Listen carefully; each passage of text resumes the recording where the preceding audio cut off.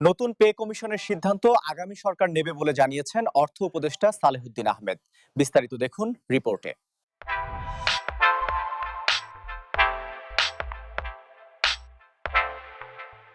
নতুন pay scale ঘোষণার জন্য জাতীয় বেতন কমিশন গঠন করেছে অন্তর্বর্তীকালীন সরকার, কিন্তু এই সরকার পে স্কেলের সিদ্ধান্ত দিতে পারবে না বলে জানিয়েছে অর্থ উপদেষ্টা সালেহ উদ্দিন আহমেদ।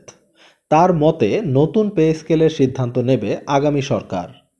৯ নভেম্বর রোববার সচিবালয়ে সরকারি ক্রয় সংক্রান্ত উপদেষ্টা পরিষদ কমিটির বৈঠক এবং অর্থনৈতিক বিষয় সংক্রান্ত উপদেষ্টা পরিষদ কমিটির বৈঠক শেষে তিনি সাংবাদিকদেরকে একথা জানান। ইতোমধ্যে বেতন কমিশন বিভিন্ন সুপারিশও গঠন করেছে, তবে পে স্কেল নিয়ে অন্তর্বর্তী সরকার সিদ্ধান্ত নেবে না।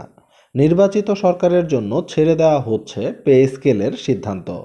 তিনি বলেন, একটি কমিটি করেছি ট্যাক্সের ব্যাপারে কিছু ইকোনমিস্ট নিয়ে, তারা ইন্ডিপেন্ডেন্ট কিছু রিকমেন্ডেশন দেবে।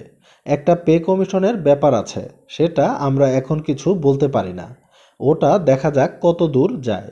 আগামী সরকার হয়তো সেটা এসে করতে পারবে, আমরা যেহেতু ইনিশিয়েট করে ফেলেছি। আগামী ফেব্রুয়ারির প্রথমার্ধে নির্বাচনের ঘোষণা দিয়েছেন প্রধান উপদেষ্টা অধ্যাপক ডক্টর মোহাম্মদ ইউনূস। ইতিমধ্যে বিভিন্ন রাজনৈতিক দল নির্বাচনী প্রার্থী ঘোষণা শুরু করেছে। ফেব্রুয়ারির প্রথমার্ধে ত্রয়োদশ জাতীয় নির্বাচনে নির্বাচিত সরকারই পে স্কেল নিয়ে সিদ্ধান্ত নেবে। জাতীয় বেতন কমিশন আগামী ডিসেম্বর মাসের মধ্যে তাদের চূড়ান্ত সুপারিশ সরকারের কাছে জমা দিতে চাইছে। একটি সূত্রের মাধ্যমে জানা গেছে, বেতন কমিশনের সুপারিশ বাস্তবায়ন করবে নির্বাচিত সরকার।